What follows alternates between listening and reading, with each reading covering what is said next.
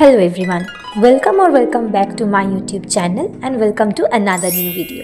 গ্যাংটকে আজ আমাদের প্রথম দিনের সকাল আর এই সকালটা যেন একদম অন্যরকম স্বপ্নের মতন সুন্দর একটা সকাল।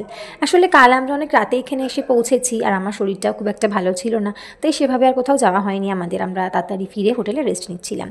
তো যাই হোক, আজকে আমাদের সকাল থেকে অনেক প্ল্যান আছে, তাই সকাল সকাল দুজনে 2 কাপ চা খেয়ে হোটেলে ফিরে রেডি হয়ে আবার বেরিয়ে পড়েছি। আর এটা হচ্ছে আমার আজকের আউটফিট, যেটা একদমই নতুন। এটা আসলে আমি পুজোতে পরবো বলে কিনেছিলাম, কিন্তু পরা হয়নি, তাই জন্য এখানে ঘুরতে এসে প্রথম দিনই পরে ফেলেছি। আর আমরা প্রথমে আজকে গেছিলাম বানজাকরি ওয়াটারফলসে, আর সেখানে গিয়ে দেখলাম যে ঢোকার মুখেই সামনে এই রাইডটা ছিল। আর আমার এটা একদমই ফেভারিট, মানে আমি যখনই যেখানেই এটা দেখি আমি দাঁড়িয়ে পড়ি।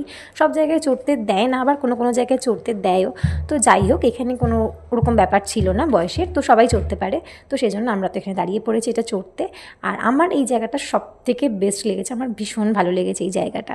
তো এখানে আমরা বেশ কিছুক্ষণ ছিলাম, অনেক ছবি ভিডিও তুলে ওখান থেকে বেরোনোর সময় আমরা চা আর ব্রেকফাস্ট খেয়ে বেরিয়ে পড়েছি আমাদের পরের ডেস্টিনেশন, যেটা ছিল তাশি ভিউ পয়েন্ট। বানজাকরি ওয়াটারফলস থেকে এখানে ডিস্টেন্স খুব বেশিক্ষণ ছিল না, মানে গাড়িতে আমাদের আসতে 10 মিনিট মতনই সময় লেগেছিল। আর এই জায়গাটাও না ভীষণ সুন্দর। আর এখানে এসে আমরা পরেছিলাম সিকিমের এই ফেমাস ড্রেসগুলো। আসলে আমার না এই ধরনের ড্রেসগুলো ভীষণ ভালো লাগে, তো আমি ঠিকই করে রেখেছিলাম। ঘুরতে যখন যাচ্ছি তখন এই ড্রেসগুলো পরে ছবি আর ভিডিও তো তুলবই। আর এই ড্রেসটা যেটা আমি পরেছি সেটাকে ইয়েনতাশি বা টাগো বলা হয়। তো যাই হোক, ওখান থেকে বেরিয়ে আমরা গেছিলাম এই জায়গাটাতে। আসলে আমরা এখানে আর ভেতরে ঢুকিনি, আসলে আমাদের যিনি গাইড ছিলেন তিনি বললেন যে এখানে খুব একটা কিছু দেখার সেরকম নেই, তাই জন্য আমরা যাইনি।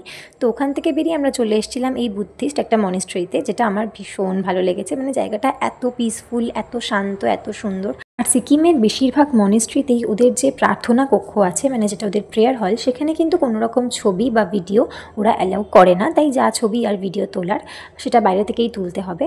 কিন্তু প্রত্যেকটা মনেস্ট্রি না ভীষণ সুন্দর। আমরা সেদিনকে এখানে 2টো মনেস্ট্রিতে গেছিলাম, আমাদের দুটোই খুবই ভালো লেগেছে।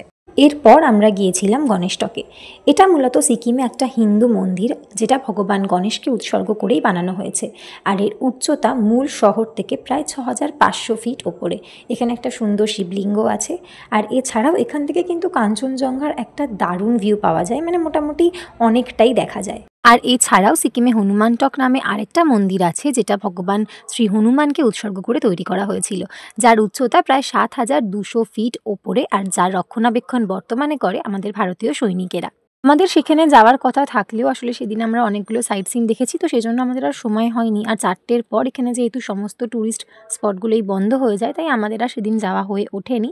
কিন্তু যাই হোক, আমরা যেটুকু ঘুরেছি আমাদের তো বেশ ভালো লেগেছে সবটাই। আর এই গণেশটক থেকে একটা অসাধারণ সুন্দর ভিউ পাওয়া যায়, যেটা তো আমার ভীষণ ভালো লেগেছে। মনে হচ্ছিল ওখানেই থেকে যাই। মানে সব মিলিয়ে না সবটা ভীষণ ভীষণ সুন্দর।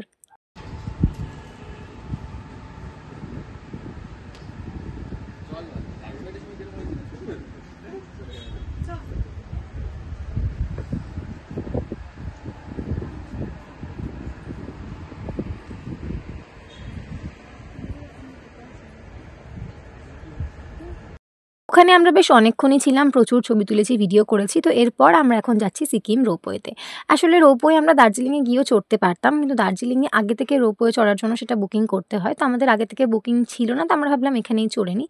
আর আমাদের এখানে 7 জনের মোট লেগেছিল অ্যারাউন্ড ওই 1700 টাকা মতন। আর মা তো প্রথমে রোপওয়ে চড়তে বিশাল ভয় পাচ্ছিল, আমারও হালকা ভয় লাগছিল, কারণ আমার হাইটে বিশাল ভয় আছে।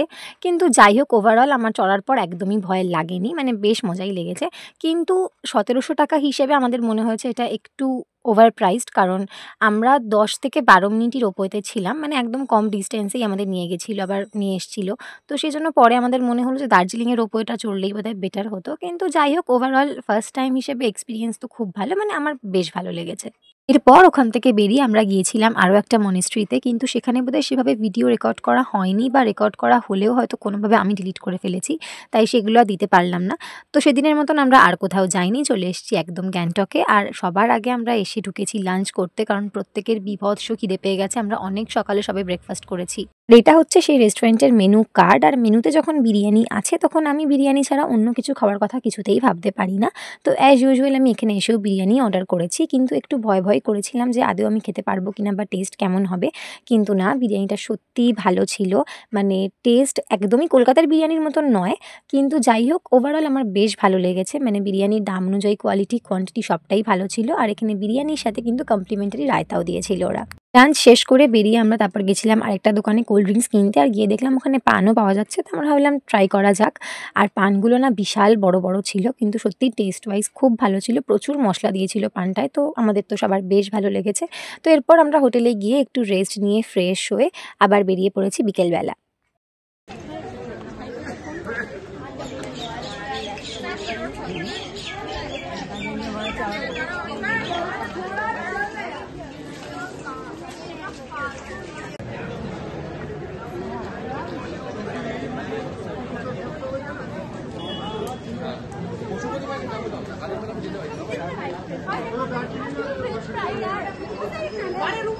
এরপর এখানে বসে বেশ কিছুক্ষণ আড্ডা দেওয়ার পর আমরা খেয়ে নিলাম একটু চা।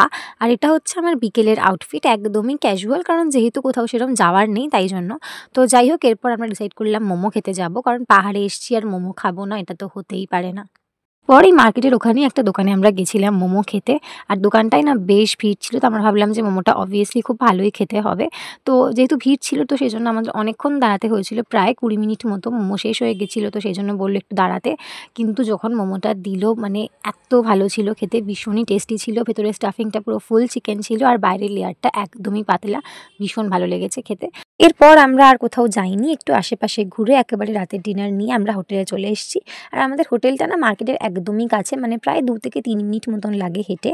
আসলে আমরা ভেবেছিলাম রেস্টুরেন্টে গিয়েই খাবো, কিন্তু সবাই খুব টায়ার্ড, আর পরের দিন আমাদের অনেক ভোরবেলা উঠতে হবে, তাই সবারই একটু রেস্ট প্রয়োজন, তাই আমরা হোটেলেই খাবার নিয়ে চলে এসেছি।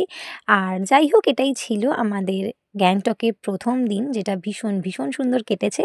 আর বাকি পার্টগুলো আসছে খুব তাড়াতাড়ি, so stay tuned for that.